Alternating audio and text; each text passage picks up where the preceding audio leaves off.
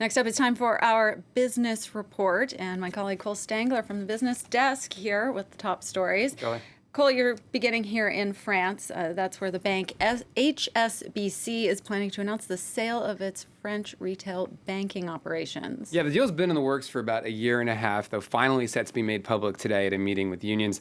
The British bank will reportedly announce the sale of its French retail network to American investment firm Cerberus, handing over some 230 branches and 3,900 employees to the private equity giant.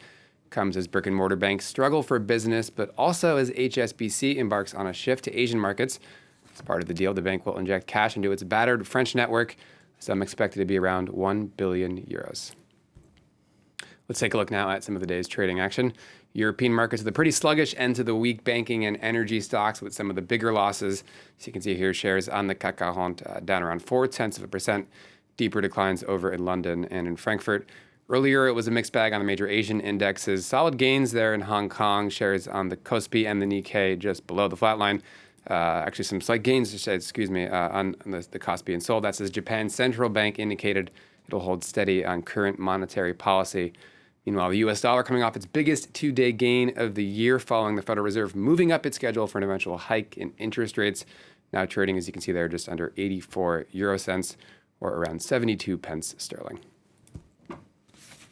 Next up, Cole, you're taking us back to one of our top stories of the day. Yep. That's the ongoing vote in Iran. One of the biggest issues is the long struggling economy. Yeah, U.S. sanctions ravaging the country's financial well-being while the pandemic has plunged the country into deeper economic turmoil. Unemployment has soared and inflation is making everyday staples difficult for people to afford. Monty Francis reports.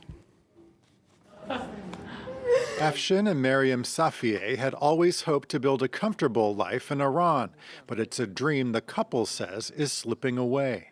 Whenever I think about our future, we couldn't have any plan. For example, I wanted to buy a house 2 years ago. I wanted to get a loan from the government, but the rate of inflation increased, I think, about 8 times more. Inflation in Iran is set to hit 39% this year. Many families are struggling to buy everyday items at the grocery store, like milk, which has seen its price rise by 90% in the last 2 years. Iran's economic freefall accelerated in 2018, when then U.S. President Donald Trump withdrew from Tehran's nuclear deal. The crushing U.S. sanctions that followed included restrictions on Iran's crucial oil exports and helped plunge Iran's national currency to a historic low, and more than 4 million people fell into poverty. The coronavirus pandemic made matters worse. Official figures put the unemployment rate at 11%, but experts say the real number is almost double that. All challenges for the country's next president, tasked with reforming Iran's largely state-controlled economy.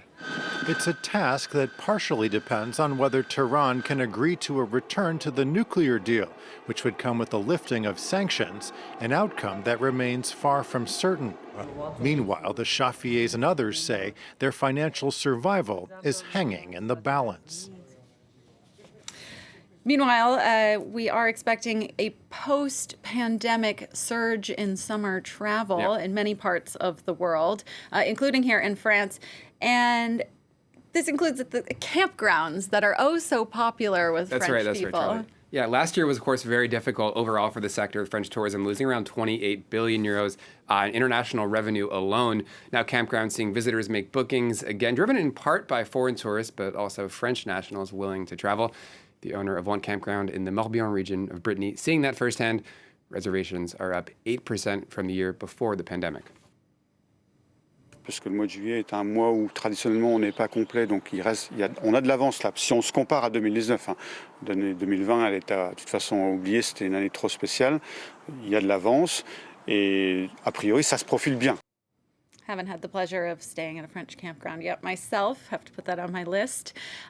And finally, Cole, Google has said that it's working to reduce racial bias in tech products. They're doing this by creating a new measurement of skin tones. Explain this. Yeah, so this is part of a much larger controversy involving AI and facial recognition software, sometimes proven to be less accurate at evaluating darker skin tones. In some cases, that's a reflection of what's known as the Fitzpatrick skin type, a model made by dermatologists that includes 4 categories for white skin, just 2 for brown and black. According to Reuters, Google says it's pursuing, quote, alternative, more inclusive measures for that scale. Of course, Charles, this issue does have serious consequences. We've seen how faulty AI can impact healthcare and law enforcement. And of course, you might say the tech sector has a business incentive to make sure its products work for everyone. Better late than never. Yeah, right. So, all right. Cole Stangler with our top business stories of the day. Appreciate it. Thank you.